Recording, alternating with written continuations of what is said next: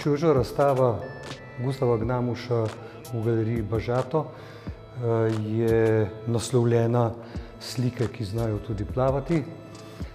To je naslov, ki zveni absurdno, je pa posledica nedavnih naravnih nesreč, v katerih je slikarjev atelje utrpel precejšnjo škodo, tudi njegov zen vrt prav tako, in se nanaša na to, na slike, ki so bile pripravljene za razstavo, pa so v večini ostale več ali manj neprizadete in so jih potem lahko prenesli v galerijo.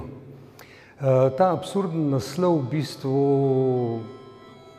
asociira paradoks, besedno figuro, ki je slikarju izredno ljuba. Mislim, da je to nekaj, kar je vgrajeno v njegov način razmišljanja in razloži do neke mere tudi njegovo afiniteto z zen budizmom, kjer gre prav za uporabo paradoksalnih formul pri meditaciji. Gustav Gnamuš je eden naših najpomembnejših slikarjev zadnje četrtine 20. stoletja, to je generacij te četrtine 20. stoletja, in sicer se njegova slikarska poetika, če hočete, oblikuje v trenutku, ko se slovenski slikarji ločijo od Pariza kot epicentra likovne umetnosti in se oprejo na izhodišča ameriškega slikarstva po drugi svetovni vojni, se pravi na slikarstvo barvnega polja, lirične abstrakcije, minimalizma, celo konceptualizma in pop arta. Tudi pri Gnamušu imamo v njegovi zgodnji fazi neke popartistične elemente, predno je slika postala ekskluzivna meditacijska opna, kot jo je slikar sam poimenoval. In to mislim, da je zelo pomembno, ker ta meditacijska opna pravzaprav pomeni, da ne gre za sliko kot estetski predmet, ampak neke vrste sredstvo, neke vrste pripomoček, ki nam omogoča barvno doživetje. Gnamuš je izjemno nerazpoložen do siromašne barvne izkušnje, ki jo poznamo v kulturi poznega 20. stoletja, v 21. stoletju ob pojavu digitalizacije pa še bolj. In zato je njegovo slikarstvo težko slikarstvo. Dojemanje njegove slike je težko, ker od gledalca zahteva neko psihično pripravljenost. Nadja Gnamuš je lepo zapisala, da terja neko razsrediščeno zavest, ki nima vnaprej postavljenih hierarhij. In prav te naprej postavljene hierarhije mislim, da po Gnamuševem prepričanju pomenijo diskurzivno oblikovanje miselnih vzorcev, ki je pa seveda v popolni opreki z vizualnim doživljanjem, kot ga zahteva in postavlja slikar proti gledalcu. Tako da je pojmovanje te vizualne izkušnje bolj prikladno gledati v nekem fenomenološkem smislu, kajti tista resnična izkušnja se sestavi preko mrežnice v zavesti gledalca v procesu gledanja. Kot sem zapisal, Gnamuševe slike ni mogoče videti, ampak jo moramo gledati, doživeti. In to je, mislim, da bistvo njegovega slikarstva, ki živi še danes, in odziv na razstavo se mi zdi, da je pokazal pravzaprav spremenjen odnos publike, ki je bila v glavnem v začetnih letih ali pa desetletjih nekoliko nerazpoložena do Gnamuševega slikarstva, da se to razpoloženje spreminja.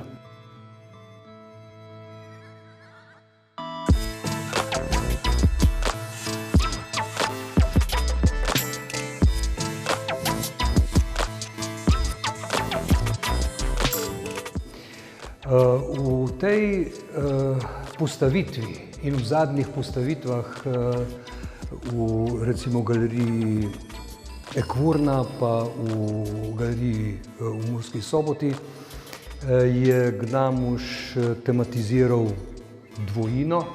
Eksperimentirati je začel z reprodukcijo svoje slike, ki jo rotira in pri tem nastane popolnoma druga podoba. Tukaj seveda ne pride v poštev kopiranje, ponovitev iste slike, ampak dobesedno reprodukcija, zato ker imamo opraviti z raznolikostjo istega. In to tematizacijo dvojine je mogoče zasledovati potem tudi skozi njegovo produkcijo zadnjih let, bodisi da je to povsem oblikovna, formalna stvar barvnih juxtapozicij in oblik, ali pa da gre za neke vsebinske nastavke, ki kažejo, da slikar želi komunicirati v luči zadnje te spremembe tehnološke paradigme, ki jo je prinesla digitalizacija. Omenil sem to siromašenje in redukcijo barve samo na njeno znakovno označevalno vrednost, ne pa na njeno bogastvo, raznolikost, niansiranje, ki je snov Gnamuševih slik. Tako bomo med slikami tukaj našli recimo sliko, ki jo je naslovil Jezdec apokalipse, v katerem zaznamo ničlo in eno, se pravi binarno kodo.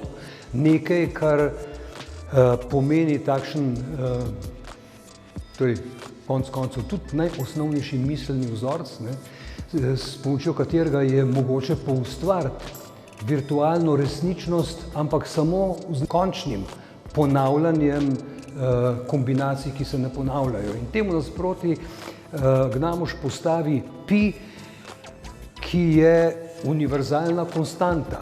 Konstanta, ki obstaja, če bi vesolje obstajalo, oziroma če bi vesolje izginilo, bi pi kot bistvo obstoječega še zmeraj obstajal. In ta pi seveda se nanaša na svetlobo kot fizikalen pojav tudi, kar je pri Gnamušu tudi eden od zelo pomembnih vidikov. Torej, lastnost svetlobe je, da se širi radialno, se pravi, če si predstavljamo svetloben vir, od njega žarki potujejo v obliki krogle, ki se nenehno širi, tako kot se širi vesolje. Tile sedanji teleskopi, ki jih je človeštvo lansiralo v vesolje, s pomočjo katerega vidimo veliko dalj, kot smo kdajkoli poprej lahko, nam prinašajo informacije, ki so stare milijarde let, začetka nastanka vesolja, in njihov nosilec je svetloba. In seveda, kjerkoli imamo opravka s svetlobo, kroglo, krogom, segmentom kroga in tako naprej, je tukaj udeležen pi, ki ima pa to lastnost, da ga ne moremo drugače predstaviti kot s simbolom. Če ga izrazimo s številkami, imamo opraviti z neskončnim zaporedjem številk, ki ne vzpostavljajo nikakršnega vzorca. In ena od zgodnjih Gnamuševih fascinacij je teorija kaosa, ne, pa fraktalov in tako naprej. Ampak prav teorija kaosa v bistvu je paradoks po definiciji. Ne. Kaos ima svoj red. Ne. In to je tisto, kar Gnamuš ves čas postavlja. Ne. Nekaj, kar presega možnosti človekovega spoznanja, ne, se pravi, njegove slike so v bistvu transcendentne. Ne, in tukaj jaz mislim, da s Pijem nekako zaobjame in zaokroži vso to svojo problematiko in sporočilnost svojega slikarstva.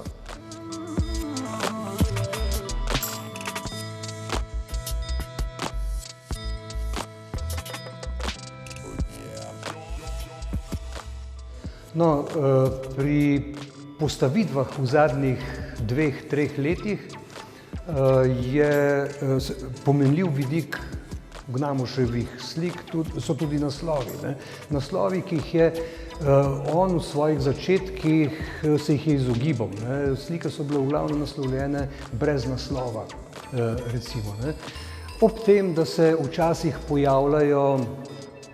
pojavljajo naslovi, ki imajo opraviti s fizikalnimi lastnostmi svetlobe, ne, se pravi z valovanjem,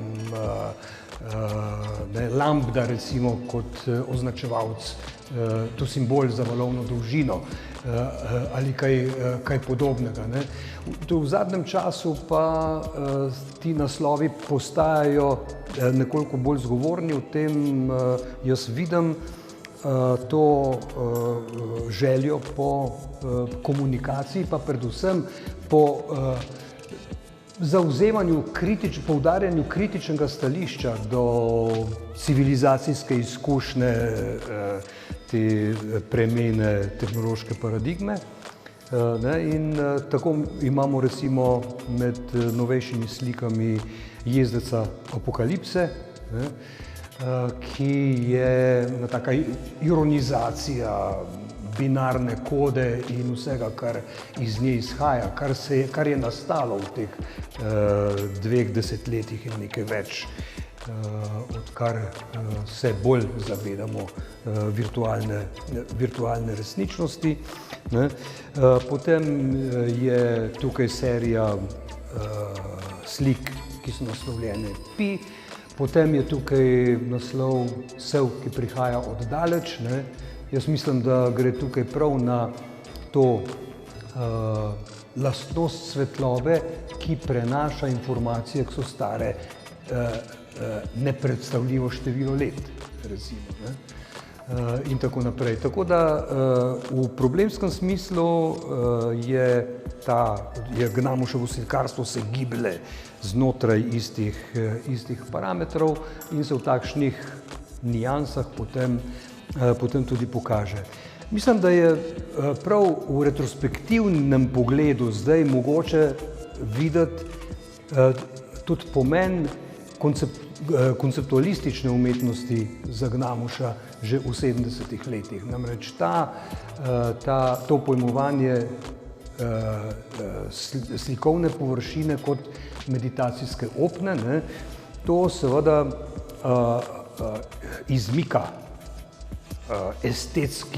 izmika predmet estetiki in ga postavlja kot nekakšno sredstvo. In jaz mislim, da je tukaj to je nek nov uvid v kompleksnost situacije sredi 70. let, ko je Gnamuš zasnoval to svojo slikarsko pot.